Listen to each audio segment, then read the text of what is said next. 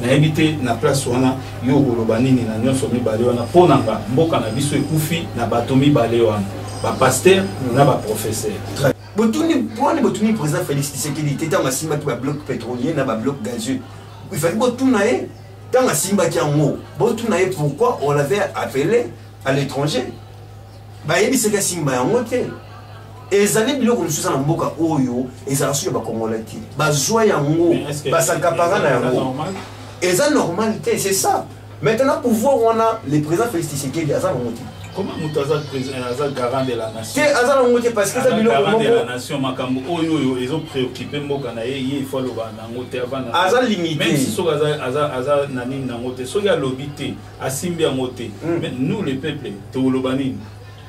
Le peuple Bolobani. Baroloba qui est président Makambo et Sengela Sala Salate, tant on peut simbi tonito condamné les sous.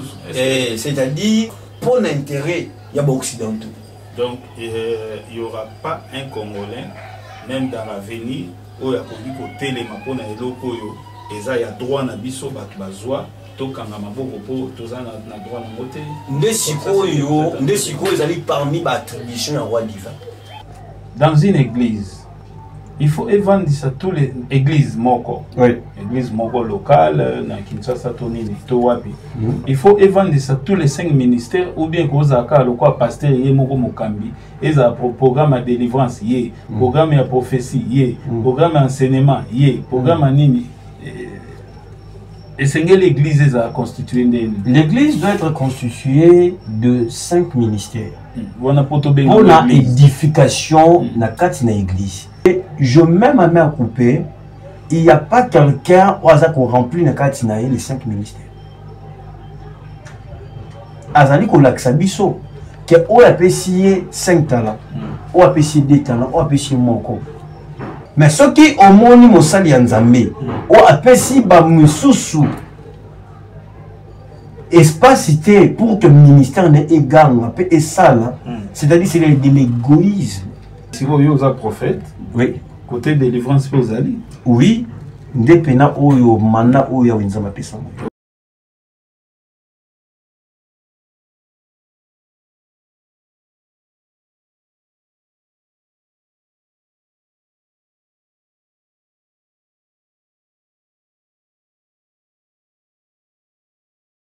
Voilà, Bandeko Balandi a son première télévision, Mbote, vous avez déjà remarqué que je suis ensemble avec prophète Mike, l'archange, pour tous en un plateau.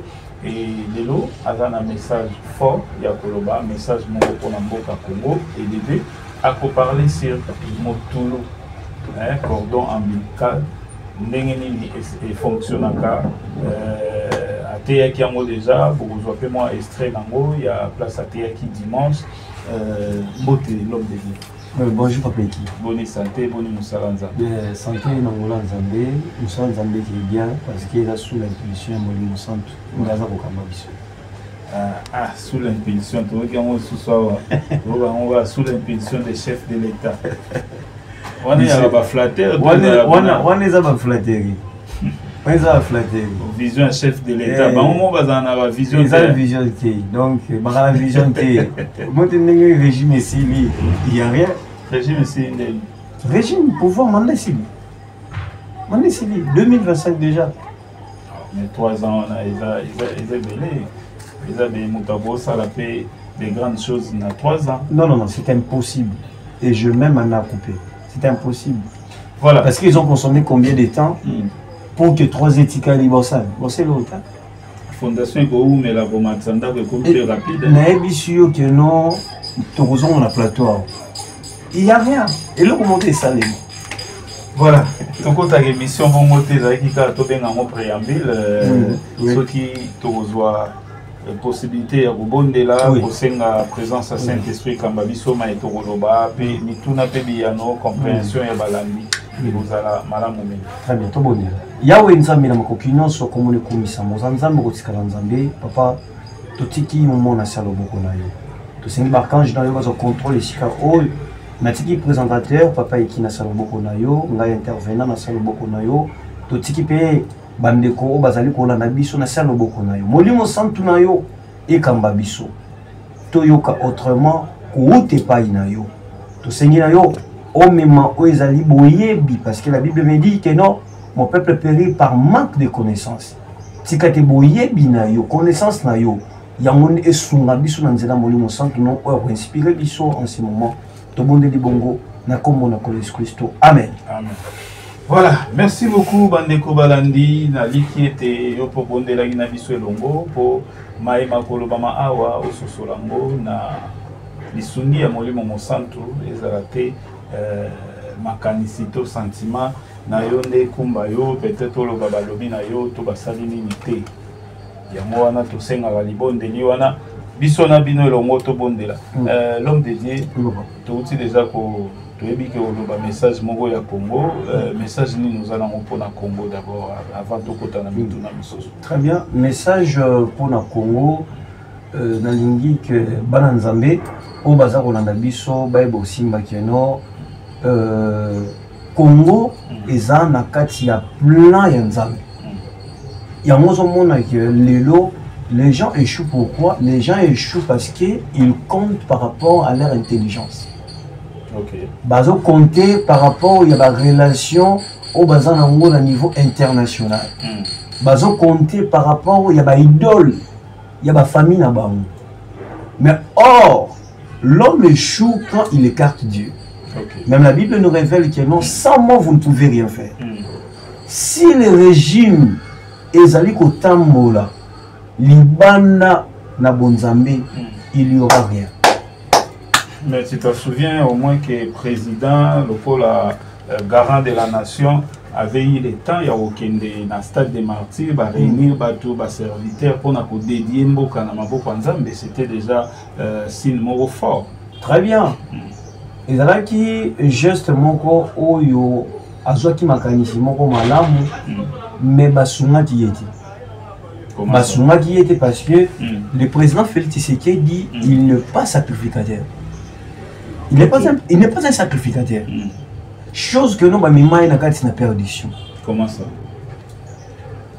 Toute chose où on dédie, on sacrifie. Et ça n'a pas karaté que non, papa moko, moi na botami, azu moi na wana, non. Il y a des choses réservées pour les sacrificateurs. Mais c'est quoi, président Félix a le rôle à papa Moroté, a garant de la nation. Garant de la nation, Nakati, il y a Bonzambe. Félix Tshisekedi a un titre Moroti. Nakati na Bonzambe a un titre Moroti. Donc autant dans la Bible, même si vous me le permettez, si vous me le permettez, au moment où Nakati la Bible, il y a eu des rois. Oyo qui est en oiseau na pose ça que non a consulté Nzambe azali ko se référer na ba prophète et puis ce qu'on a pose ça que non ba tumameka ce n'est pas le roi qui au babandaki ko présenter ba holocauste c'était les sacrificateurs azaki na likanisa malamu ki ko dédier mboka na maboko na Nzambe mais ce n'était pas lui qui devait le faire. Et puis maintenant sélection ni ya salaki ya ba salini o azaki na bango na kati na stade des martyrs. Si ce n'est que des flatteurs. Ah, mais est-ce que nini porte ou ane kangama ipo na basali mususu ou bien ezalaki porte ouverte initiative ezalaki initiative kaka ya président ou bien ba serviteur basangana ki ba moni ete to présenter projet au na mokonza mboka nde bango pe ba kei kuna ils étaient aussi entourés avec des serviteurs ba o to bien ba sacrificateurs. Oui, ils étaient entourés par des serviteurs. Message ezalaki juste na moment ya discours na ye, il a profité de l'occasion et a représenté mais papa vous devez savoir une chose. Un pays dédié na maboko na Nzambe depuis bandeli mandat tilelo. Pourquoi il n'y a pas de bons résultats? Bon, là, parce qu'il y avait aussi des coques à jambes, il y a alliance AFC, comment dire, FCC, Cash, il y a beaucoup de choses où ça peut moins la perturbation, mais il y a aussi des avancées où ça quand même dans beaucoup. C'est vrai ce que vous dites. Mais il fallait combien de temps pour que Félix Tshisekedi à Salabolan? Parce qu'aujourd'hui, il n'est pas avec Kabila. Aujourd'hui, il est seul. Budget à Mogeza combien?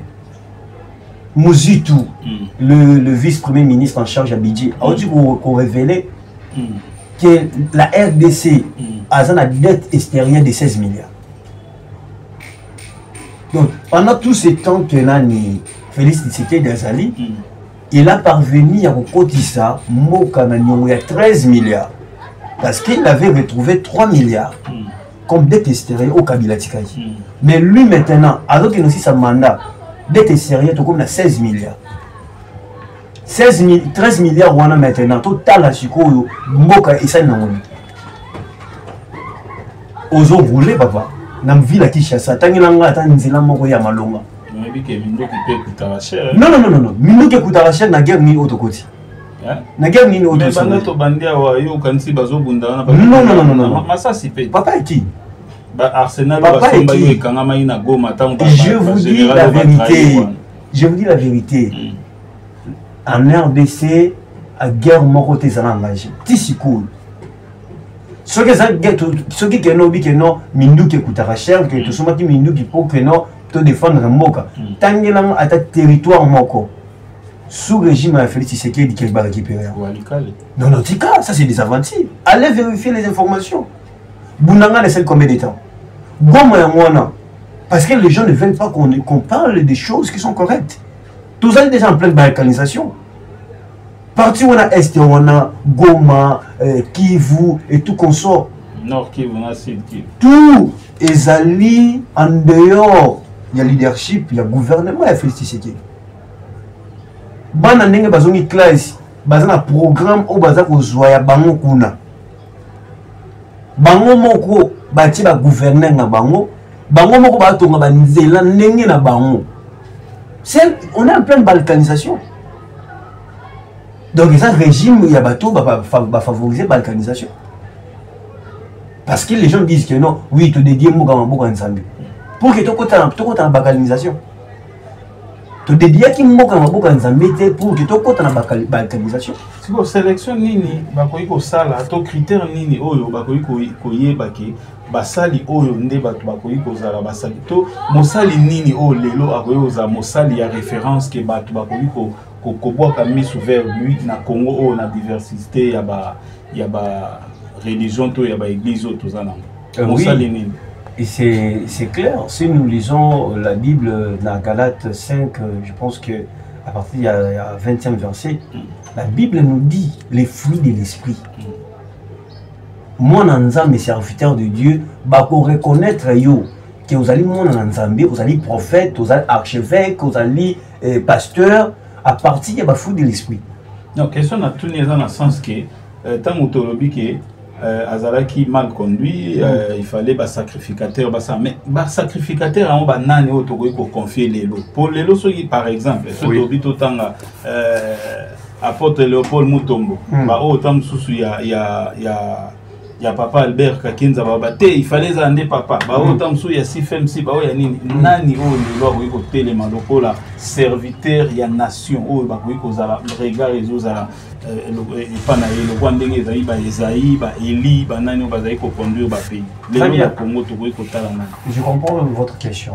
Na bandaki koloba keno mosali oyo ya Nzambe ou bien mona ya Nzambe ba yebaki na ba fou de l'esprit.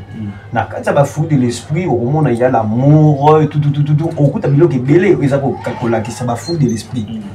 Mais na contexte question na yo na lingi place na répondre que non mosali o azali na vérité na lolemu na ye.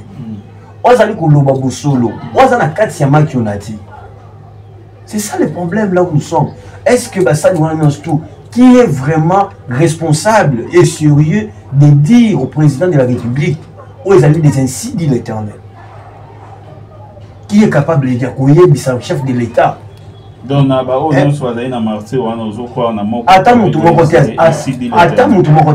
mais justement, le problème, nani maintenant tu confier, nani maintenant, ou soit il y président place à Zalia pour le battre.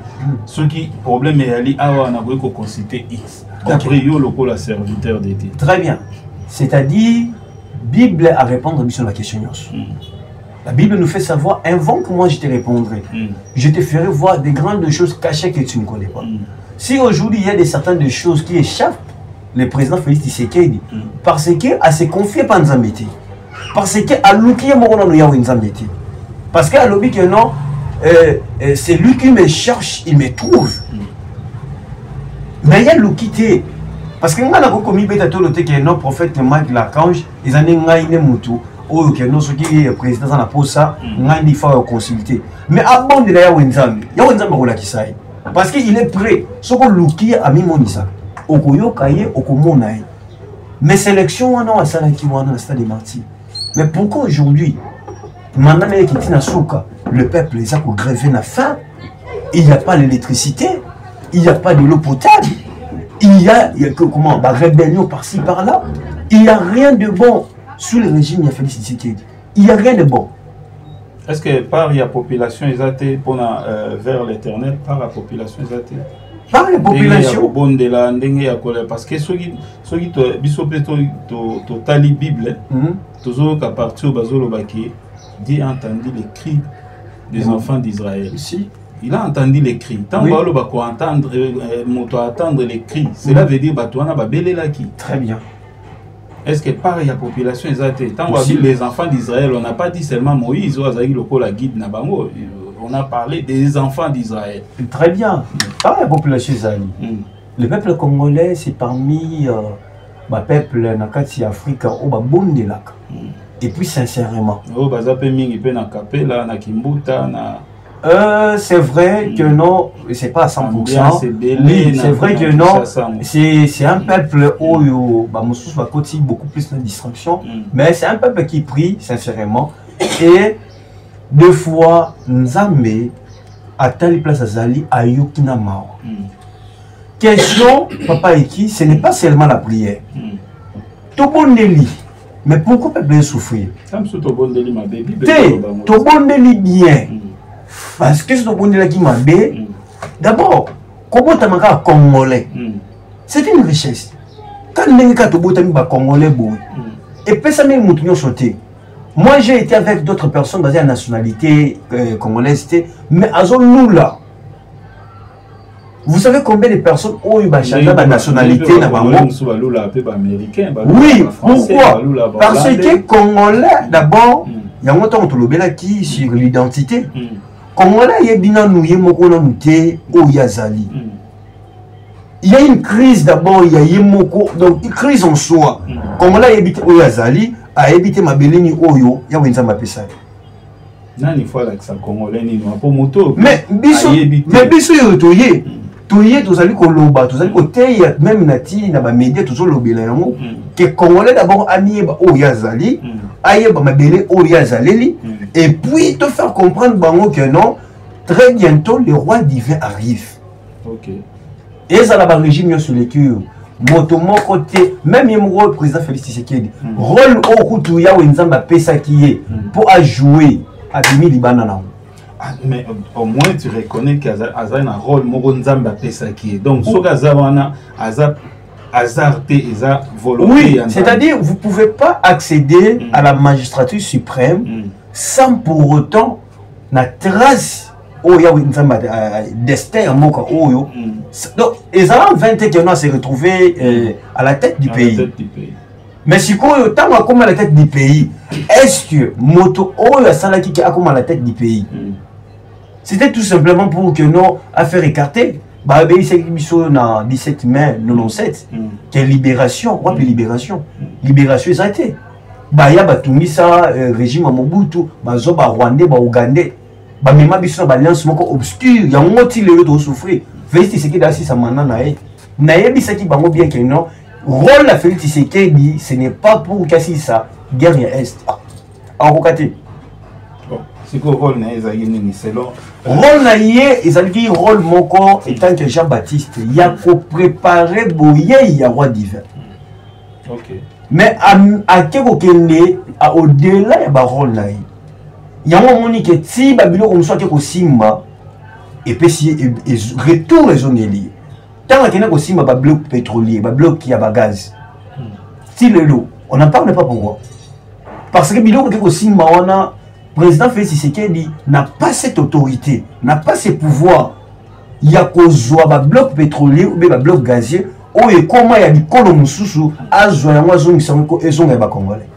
Comment ça? Mais ça na nini na biso, ça na lac na biso. Non, ça na lac na biso, mais on n'a pas droit à ça.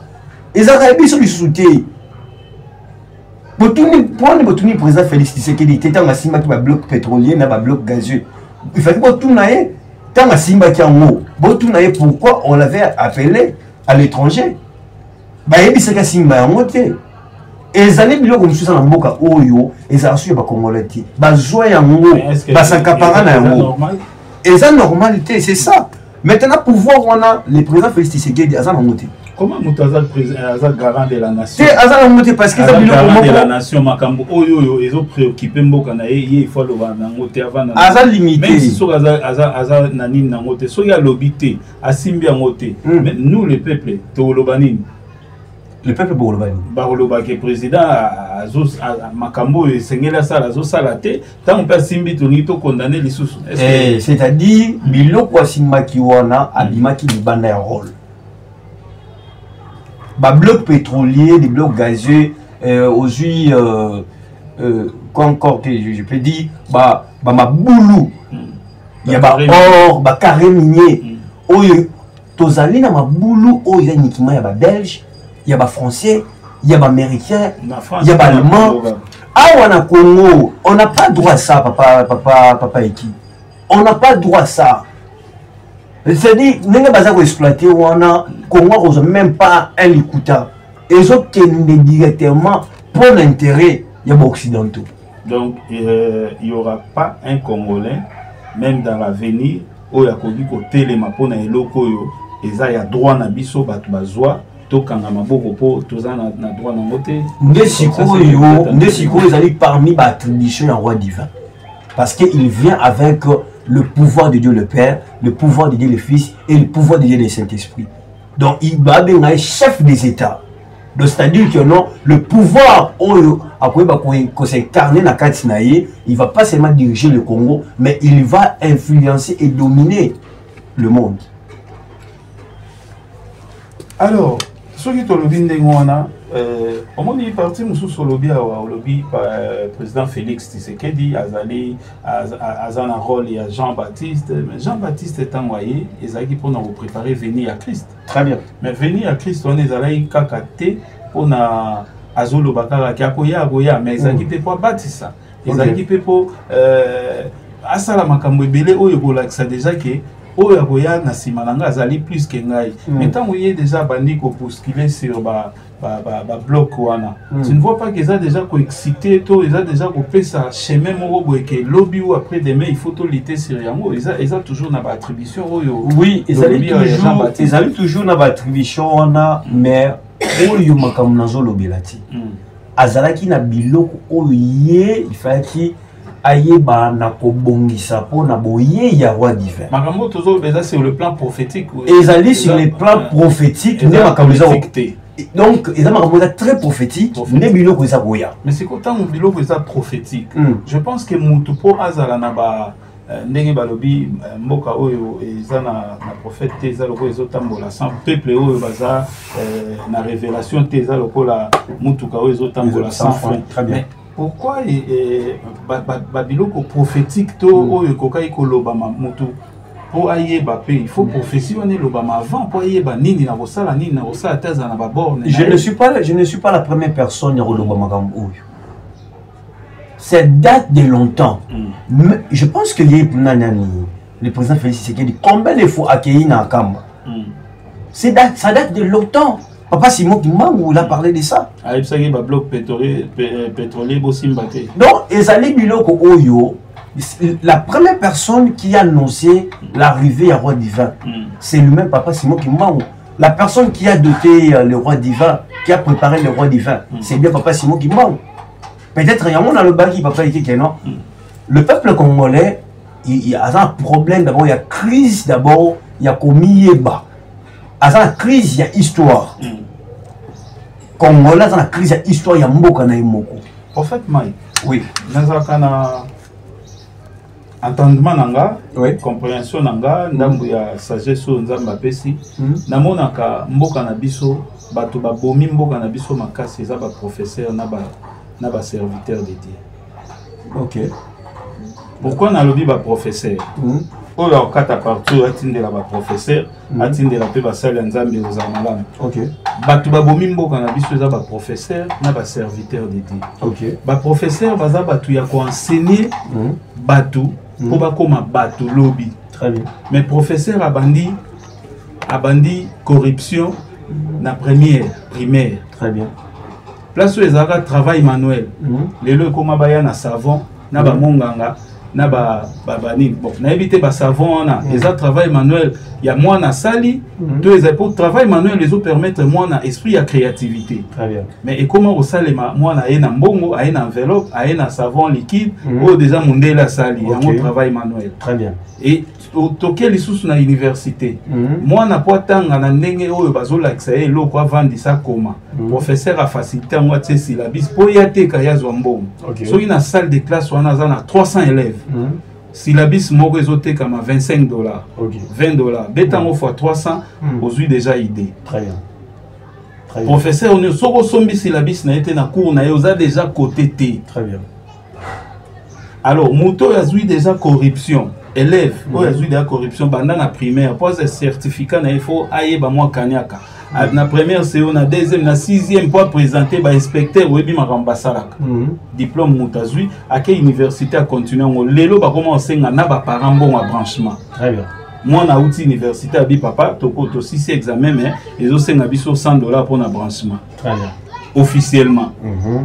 Ce qui to leketa parce que moto bon soki a commis chef du personnel place moko fois zobato aozwana nini la corruption na corruption akendo sala le roi ministre na nini na corruption côté ba professeur ba bomi mboka na ba monsieur yango wana côté ya ba pasteur baza aussi na rôle yako interpeller pepe ya kolakisa bolingo muto balakisi bolingo akoza akoyiba mbongo ya mboka te ayiba mbongo ya enseignement te po eza ya yemo personnel azana bolingo baninga.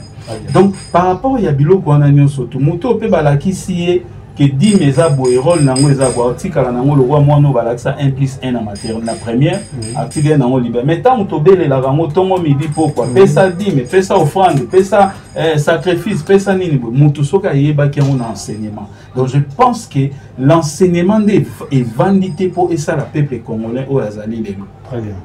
Na habité na place wana yo koloba nini na nyonso mibale wana ponanga mboka na biso ekufi na bato mibale wana ba pasteur na ba professeur. Très bien. Ça c'est une très belle analyse. Nazako intervenir na point wana. Au sein de l'analyse malamu. Le problème c'est quoi? Le problème c'est que il y a un moment là qui n'a pas qui l'autre fois bana na Nzambe que ezala Musée Kabila, eza Joseph Kabila, eza Félix Tshisekedi, ce sont des gens au baleki na katina transit. La RDC na tokoti na 3e graine. Yango zo mona uta musée ozokende na bato wana on comprendre que non du côté secteur il y a éducation nationale. Mboka souffrir. Il n'y a pas un programme cohérent. Donc c'est-à-dire même à makametali betidi ya mboka oyo ils a considéré libanda te pourquoi parce que yango loko to lobela sur mutolo cordon na ekataniti. Mais or ce qui est non régime oyo ya wenzambe azali kotinga bana na ye qui est commis au commande déjà il y aura beaucoup de réformes dans le secteur. Secteur il y a éducation, il y aura des réformes. Aux unes secteur il y a makametali sécurité.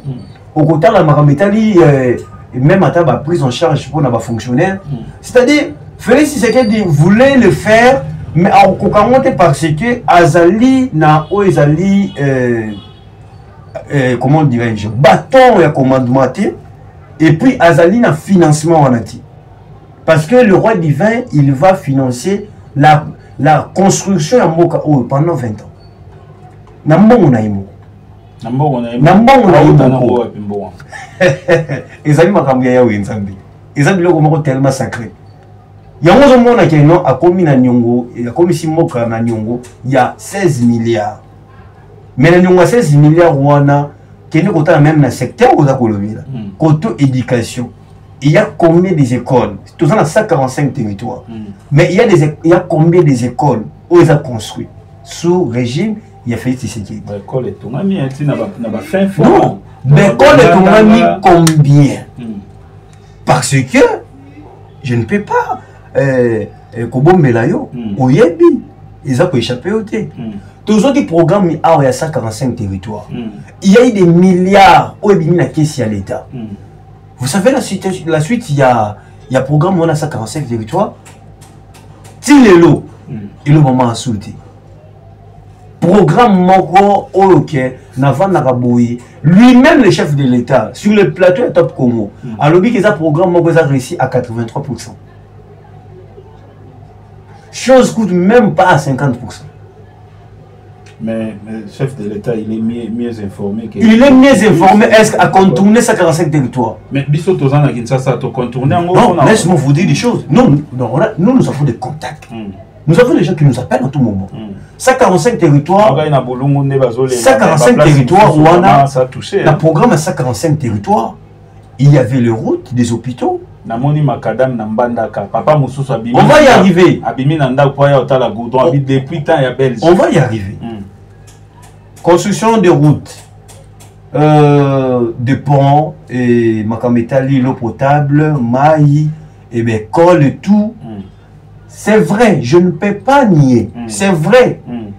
Il y a quelque chose au yo, mais pas dans les 145 territoires. Parce que je peux vous citer des territoires où vous souffrez d'une eau potable.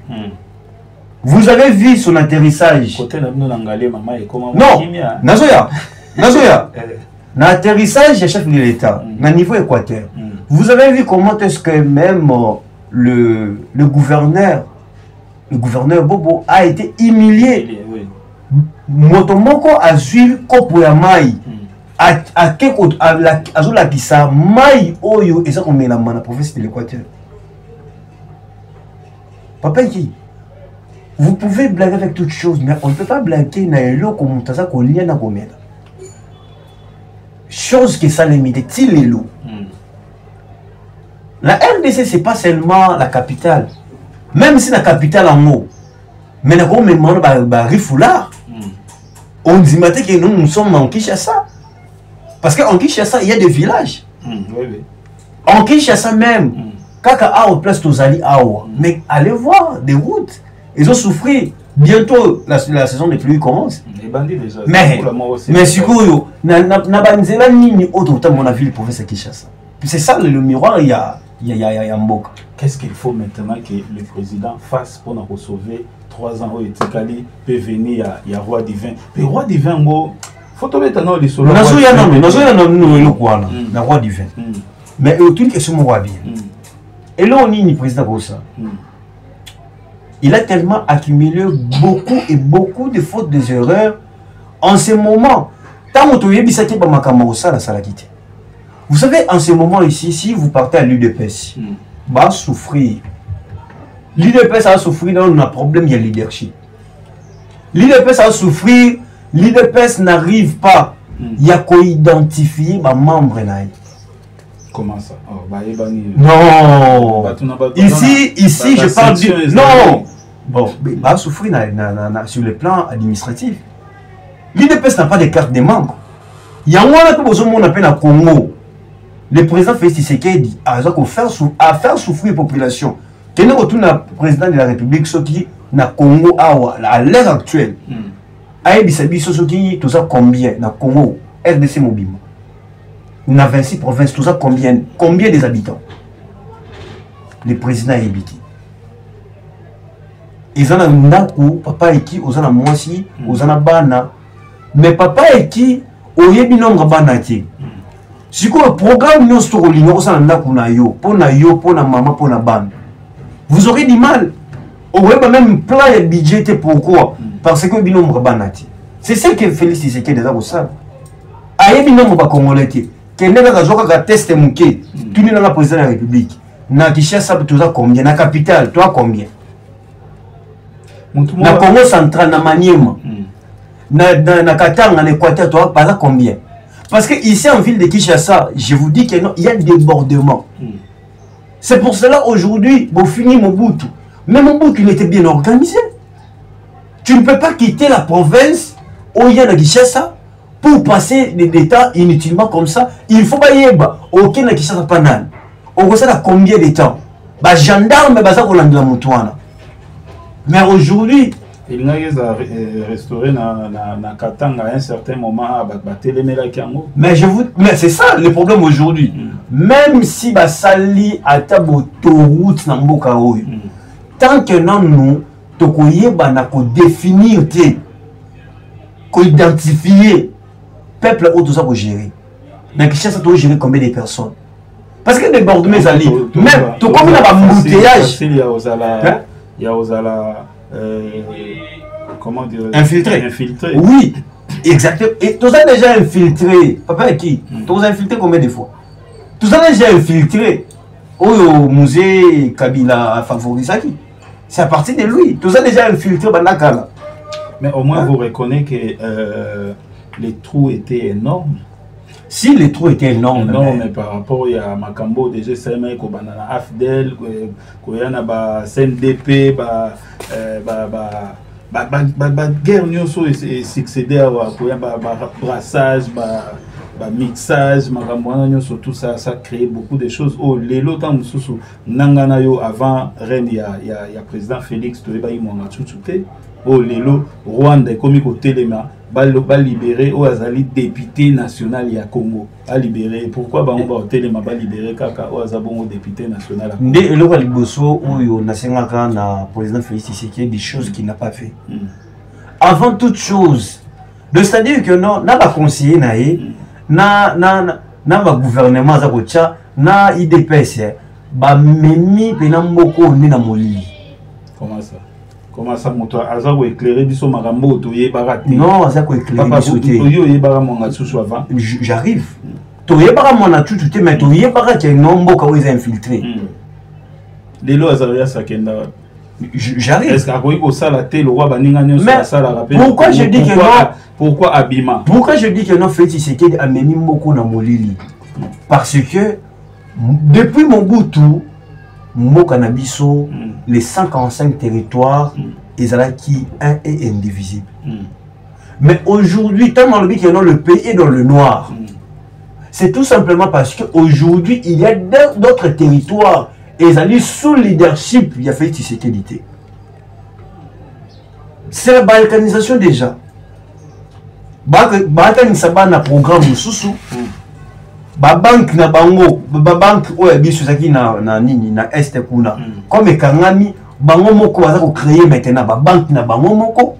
Non mais baza ko créer ba possibilité il y a numéro Swift. Je vais arriver. Pour votre information papa Iki. Vous savez qu'il y a non ceux qui Mboka ya Goma.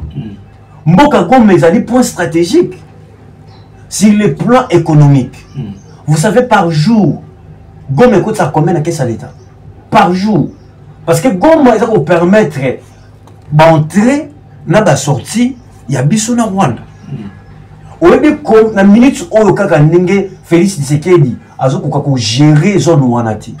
Combien de matières premières, tonnes, ont été déjà et ici? Mais binoga ba congolais ba boza kuna binoga ba congolais ba bozo facilité ko kat sawana. Non, ceux qui bisi mo mi bengi congolais au facilité makamwana ceux qui nango mi bengi congolais au facilité makamwana. Tant on a dit ça qui les bandeli ya mandat qui non nenga zu mandat boy. La première des choses.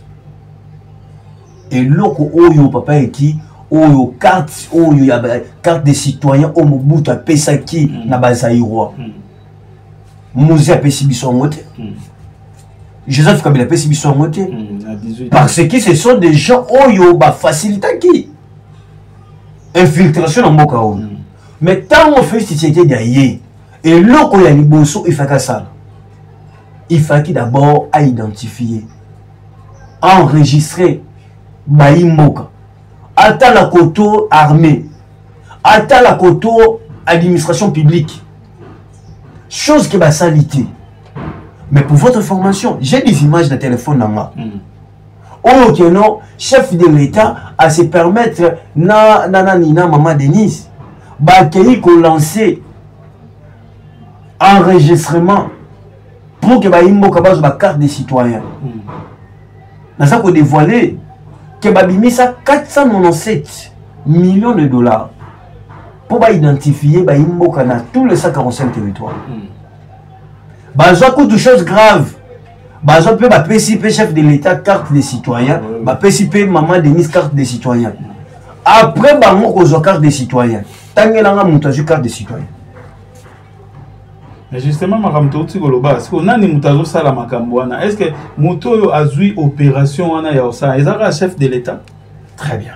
Ezaka congolais wa mesana ina corruption banda na primaire. Mais congolais wa mesana ina corruption banda na primaire. Nani a tché wana pe azako travailler na nani.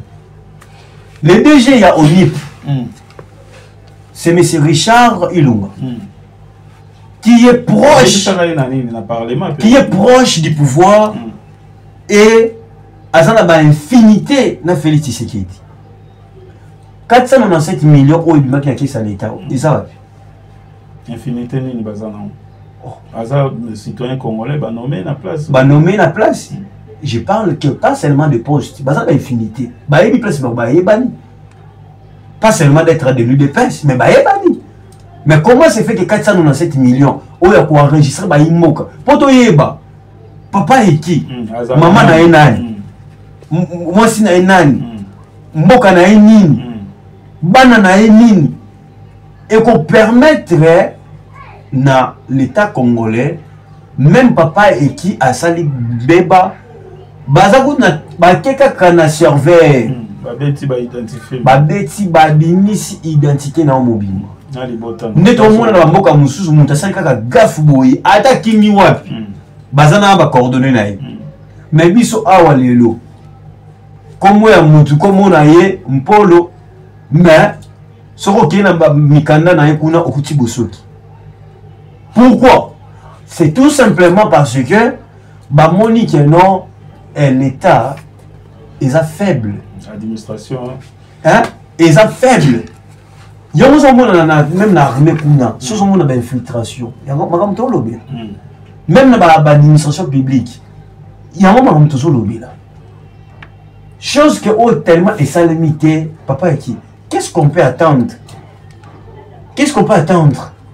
Il n'y a pas une politique claire et nette de Félix Tshisekedi à la tête du pays.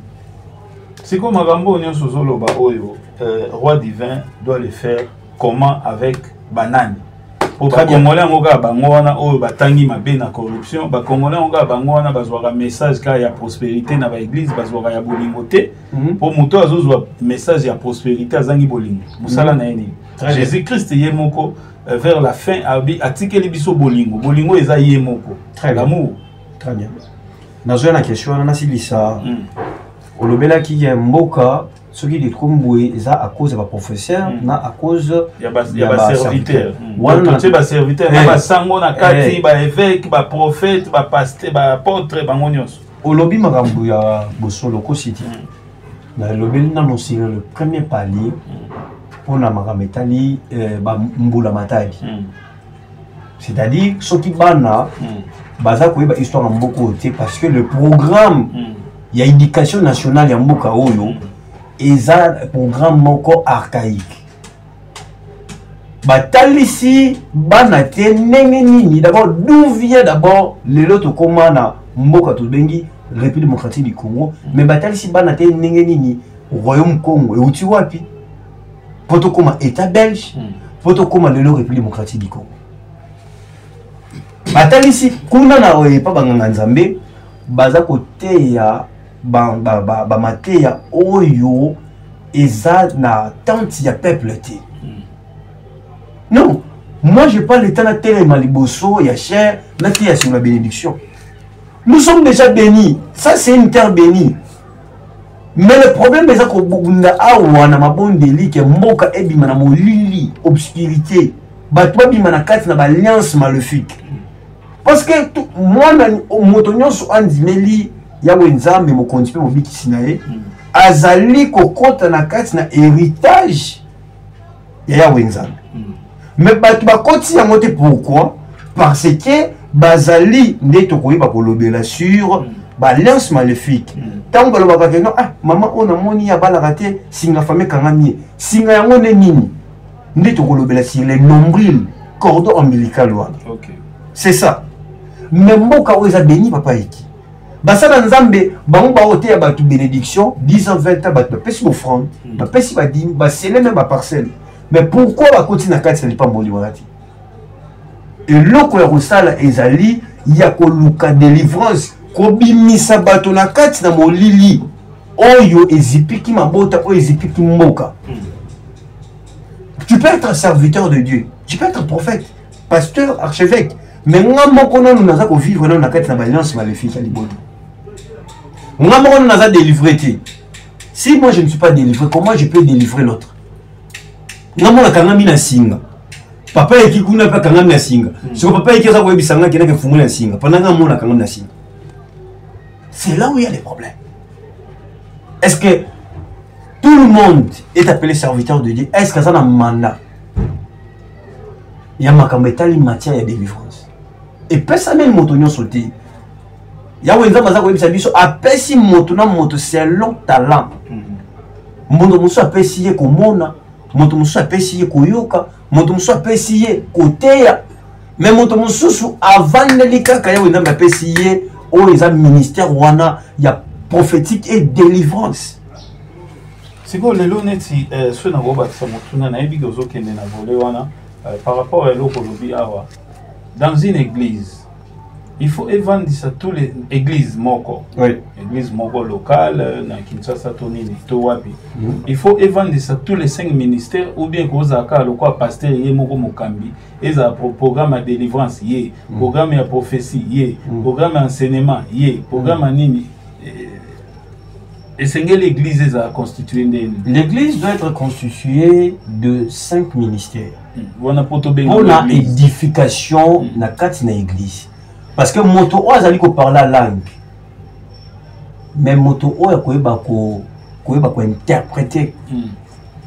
Maloba wana langue ya lelo ba interprétation au moins église ba parler la langue. C'est-à-dire que non l'église aujourd'hui les gens souffrent pourquoi? Parce que to côté ici ba sentiment charnel. L'église est spirituelle. Alors, quand nous sommes dans l'église, quand pasteur y a la délivrance, y a la prophétie, ça c'est l'égoïsme.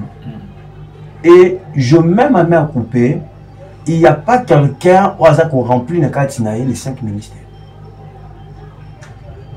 Azali ko laksabiso que on a payé 5 talents, on a payé 2 talents, on a payé moko. C'est à Pessi tout pour qu'il y ait une édification de l'église, pour que l'église ait survivre.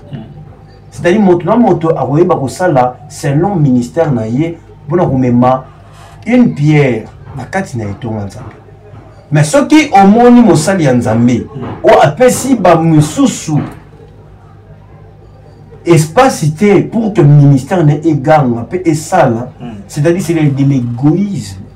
Si on a l'église ya bongo, église ya bongo, ezali koyeba kokende libosuti. Parce que na kati mosala nzambe, il doit avoir l'amour. Il faut kotika. Ce n'est pas grave que le pasteur a là, mais tozali na intercesseuse, tozali na ba prophète, tozali na ba o bazali ba apôtre, tozali na ba o bazali ba diacre. Na kati na église. Moi, le bon Dieu m'a pas donné cette charge ya koyeba kosala l'église. Ngai na koki ko sa l'église te. Ngai na za missionnaire. Yo kuti les églises. Na kuti église na famille papa a bâtir déjà. Bon, on a ba salle mususu ba pasteur. Ezali Nema. Non, tozali la différence. Différence ezali. Différence ezali que motabotami akuti papa mosali na nzambe ava ko diriger lingomba. Et puis, accueillir peut que ça l'église nous soit hier. Ou bien, à ma PCI extension. Mais moi, je suis missionnaire. Donc, en ce qui concerne notre église, nakoya côté ya mais je ne suis pas là pour que nazila nazala mokitani ya papa na kati netonga non moi je suis missionnaire nakoya awa na Kinshasa na Longwe na kina Congo central na kina na Katanga na kina na Europe Amérique Asie Océanie pona mima ozali ba message oya wenza mapesi et donc na place wana vraiment makambetali na kati na église mais si vous êtes prophète oui côté délivrance pour ali oui ndepena oyo mana oyo wenza mapesa OK donc apesonyo somi balé c'est-à-dire que non nazali na kati ya koyeba na komona koyoka pe komema ozali lobiko na kati na bobo voilà alors to comment que le benza moni mwango ngebendi biso surtout makambo mboka iloko esila raté makambo mais moi je pense que l'homme de Dieu tu vas nous permettre ya kozoyo lisusu poto parler kaka sur le nombril. Non, roi divin. Le roi divin, oui. Le roi divin, parce que Maxolo ana et beta mito. Alors, bah tu nous soupes bah comment comment nango le quoi neti lisapo. Ok. To lukato ba non ba critère nini o ezana roi divin on a peut tokoye ba ndenge nini toko il faut congolais akoma na attitude nini pona koyeba ko préparer venir ya roi divin makambo wana nyonso tout au solango pe tozwa éclairage penza na moi li solo wana ako diriger ndenge nini akoza accompagner na banani est-ce que vous avez na ba criminel oyo ba ministre ya koyiba ya escroquerie ya détournement to ndenge nini donc nyonso wana photo solango soki nzambe apesio éclairage wana otalisi yango peuple potos a déjà na image et puis to e bandeni to we se comporter et ndenge nini esengeli ba professeur bazala pe ba sali nzambe bazala ndenge ni ba préparer venir wana ndenge nini alors na ebité okota kaka moi moke penza ko pesa biso eloko ya cordon ombilical wana pour permettre ba to koza déjà na idée bongo to développer on Nicolas Aliko. Oui, merci beaucoup. Na osé la pena invitation na pour tout lobela rien que sur le roi divin. Les ali pena message moko très fort oyo ke nazali moto liboso te ya koya ko lobela makambo oyo. Ngai ya wenzamba sali ngolu pona ye bankozwa ba message kouta na canal oyo ya papa Simon Kimbangu ba message oyo ye ayebaki na kotika pe ba message oyo il faut qui maintenant na minute oyo comme la peuple et comme la bato bazali kotamwisa mboka oyo nini oyo wenzambe alingi pona Congo pona peuple congolais mais tozali koloba yango bato bakangi matoi toyebisaki bango que l'union sacrée obo créé oyo eza sacré. OK. Si c'était l'union eza sacré engeza pour l'intérêt à peuple. Mais depuis ba créer l'union wana quels sont les intérêts où le peuple a gagné dans moi ezati to peksa ki bango to biboza la maele to moni trahison dans l'assemblée générale. L'Assemblée nationale, j'allais dire. Bachaki bisoté. Le lobo mon la place tout qui. Na le baki mo komusu tozana na plateau papa qui que tozali dans le noir moka ozo bimisi mutu obandi ko sala makambu ya malamu okomi cible ya bato ya mabe pour ba éliminer. Aujourd'hui bato bazali ko tala bazali bandeko bazako landa biso il faut ba yeba que non ils ont ploué Monsieur Constant Moutamba, na kati ya peine moko oyo ke o ne bandeli pe kino asuka okozwa réponse ya malonga te.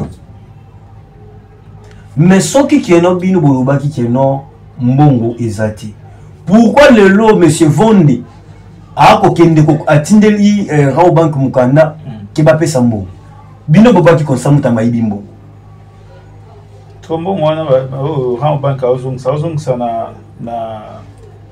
na nini ya Holocauste wana na compte wana ou bien zozonga na compte. C'est-à-dire que papa et qui Moutamba il avait affaire il y a affaire politique.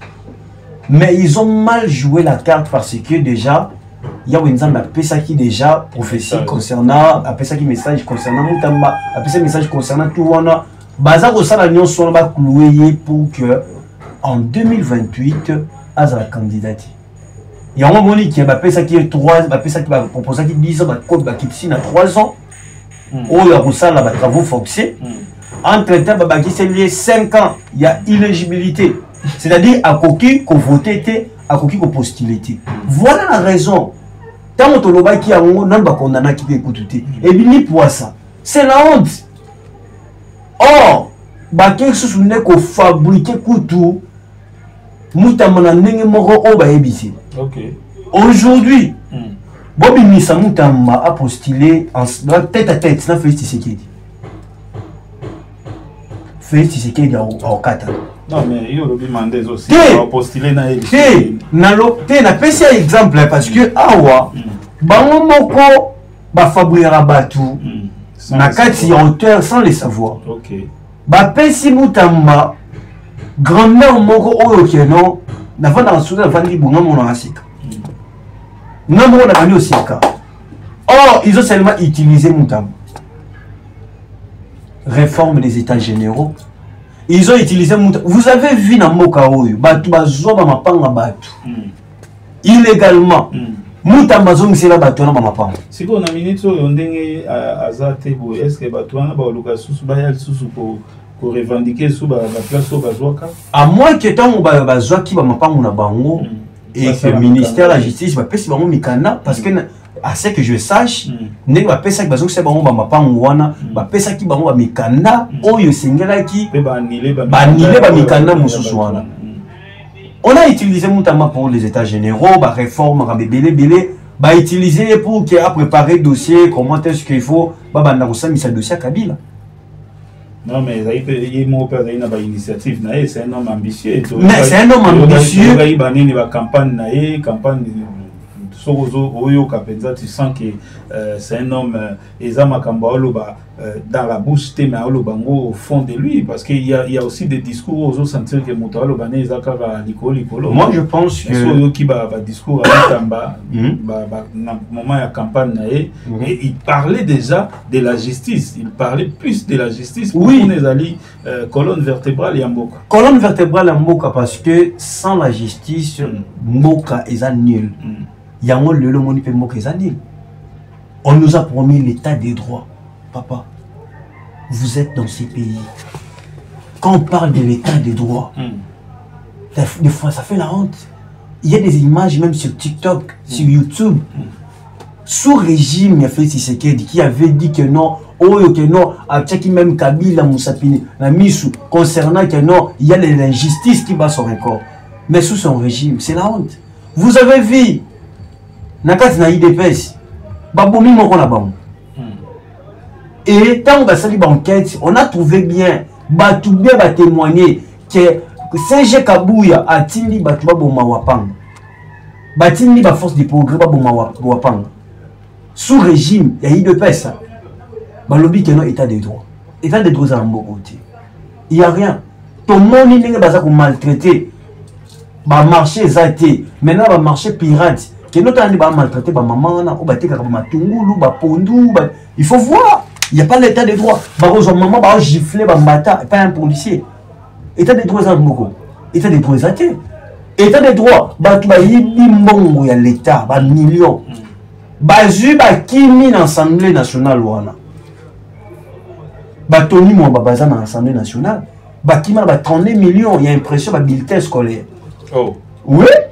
Sous régime, il y a fait Tshisekedi. Vous avez vu dans ma caméra programme il y a Covid-19. Mais c'est éteint Milongo, à qui m'a mon Covid-19. Non, c'était juste une mascarade. Tout va en prison et là qui mascarade. Justice à Tali à Monique. Non, justice est Talini. Justice est Talini, papa. Baï bamon la Covid-19, baï bamon la pression habilité à Bana, baï bamon la macamétali ba justement à Jekami. Bamon il ba mi ba milieu bina moko, déjà vous avez parlé sur les 497 millions de dollars. Il y a moko pour enregistrer pour enregistrer ba yimboka. Pour pas ba carte de citoyen. Bamon et bimi, bamon ba ram et kenda. Donc c'est-à-dire qu'on ne peut pas parler de la justice sans de l'état de droit sans que tout le monde ait makambo pour revenir pour le peuple juamouti. Voilà. Pour nous citer, Nini Ouikoye Bisa, Union surtout Bazolanda Biso, peuple local dirigeant comme dirigé, et puis Union sauté, Bavandi na Mikila. Poto Bazako aspiré Baya Osala, Lobi pour Belé, Bautaï Libanda, Baye Osala, Pessi Soni, oui, au Pestam sous-chef de l'État, Azo regretté, pour Nabachoua Nabango, Pessi Soni, pendant le régime, tout le monde a Sungaka, Bato Basungi Biso, chef de l'État. Oui, tout le monde m'a belé, mais Moussou se pose à la paix, ça qui fait confiance, pour éviter que ça la bien à place. Mais nous, on tourne au lieu où sa conscience, aux ondes si inconscience, aux ondes si soni, et sungi penzate, et sungi te na durant tout cet temps et régime oyo, tout le cas la performance, tout le cas la mieux. Tout le monde qui bateau, bateau à la paix encouragé, tout le monde logo la maman Nabiso, Fifi, Masuka. Oui, Fifi Masuka na niveau ya Luala ba ko ni te ba ko betele mabo. Tout le monde a bateau baza ko exceller o bazo ça tout le monde peut constant mutambande nini asara ki pe na tana ye le bateau ba te pe maboko bien que esuki ndenge esuki wana mais au moins tout le monde ne parler de la justice et comme il parlait fier parler de la justice ya Congo. Mais na o ezaki liboso soni.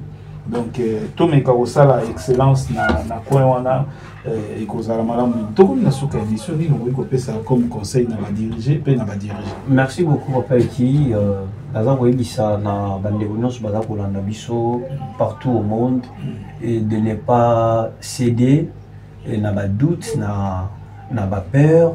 Vous devez croire en Dieu, que Dieu existe. Alors le roi divin arrive pour que et à mettre en place un grand programme et ces programmes et d'abord mboka un est indivisible ndenge les lots territoire moussou c'est ça pour échapper déjà dans le régime en place. Alors le roi divin quand il arrive guerre à l'est du pays beaucoup de monde a monté. Quand le roi divin arrive vous allez voir Congolais vous allez identifier ma carte. Il y a citoyen, quand le roi divin arrive, le fonctionnaire, les militaires, il y aura des dotations, il y aura des choses parce que Azo y a un pouvoir, la trinité, la katikati et puis la misolo pour mettre en place. Alors le roi divin arrive comme je vous l'ai dit, papa qui a bien bien. Donc, Boba te la kimia, te continue comme ce n'est pas moi, la seule personne, Batouazos à la révéler. Batouazali ko kenya un message koyebi ça na fait de faire très attention. Il y a kozonga le plus vite pour aider aussi sa manana na Kenya. Parce que ces peuples ici baza ko souffrir énormément. Alors, bandeko o baza ko landa biso bobati la kimia ya wenzama za nabino elongo ba o baza diriger mboka. Tozali ko sonner toujours ndenge sentinelle na son rapport oyeba que oyeba que no batu oza ko diriger basalemi pa yawo nzambe. Ça c'est batu oza ko diriger basalemi pa yawo nzambe. C'est-à-dire en tout moment Dieu peut décider toutes choses. Likolo ya peuple naïe. Et c'est lui le seul décideur. Ce n'est pas Félix Tshisekedi, Lelo, Ezaba Kabila, Ezaba Nanga, tout ce que vous voyez là, ce sont des aventures. Le seul pays au monde et vous allez non diviser et vous allez balkaniser qui c'est le Congo Kinshasa. Le seul pays. Et vous allez le seul pays. Mais quand dans la diaspora, vous se préparer. Quand le roi divin arrive, beaucoup y a pour vendre dans Moka Oyo. Ok. Diaspora où est la Moka Oyo. Et fait le quoi était aventure Oyo fait c'est de santé. Diaspora où est la Moka Oyo. Bazali kolia, bazali komela. Il y a un moni que ma province nous soudain est en amitié. Attention, bah là ça, bah là ça hamburger. Non, c'est-à-dire pour votre information, papa Eki, Congo Kinshasa, eza mboka oyo il fait les mboka nyonso mokili en termes de budget. Congo Kinshasa, il faut battre plus même de 7 à 8 fois. Mais le problème est ça, et c'est ce n'a fait Tshisekedi ya kokotisa. Fait Tshisekedi azali na kolbengaye le Jean-Baptiste, le Moïse, mais oyo Au côté de terre promise, et Seigneur, il faut Josué, il faut Caleb à côté de Sabango. Il faut souka maintenant Libanda Yakana. Voilà. Toko solo la yango, l'autre prochainement, ndenge na la kibino. Numéro ya prophète Mike Yangwana ezana ba ya eka, o alingi ko contacter, alingi ko tuna plus de questions. O permoni azana mituna ya rotuna na prochaine émission parce que toko tuna penza mituna sur roi divin. Tant tozo beta c'était na roi divin, tout monde a Jésus Christ, yemo bazaki sur terre. Mais elobi te que ba enyo surtout kuna bandima kiye, ba enyo surtout bazalaki ezaki pe na ba complications. On aura des questions à poser par rapport il y a veni, il y a roi divin, penini oyo koleka, pe ba critères nini oyo tokomona na roi divin pour tous à la déjà na idée sur la personne. Toyokango déjà depuis temps où il y a papa Simon Kimbangu, est-ce que tu oses l'appel sous bana bakoko na biso ba oser la to ezali à peine awa et vous allez tourner vous allez la prochaine occasion. Merci na passage na yo prophète Mike. Merci na bino nyoso bolandaki biso ezaki ya bino ndeko ekibumba. Oya yambaki bongo prophète Mike bongo tokutani mikolo ezali koya na ba numéro mususu to binde to bana suka émission na biso lokumu zonga pa ya. Bye. Au revoir.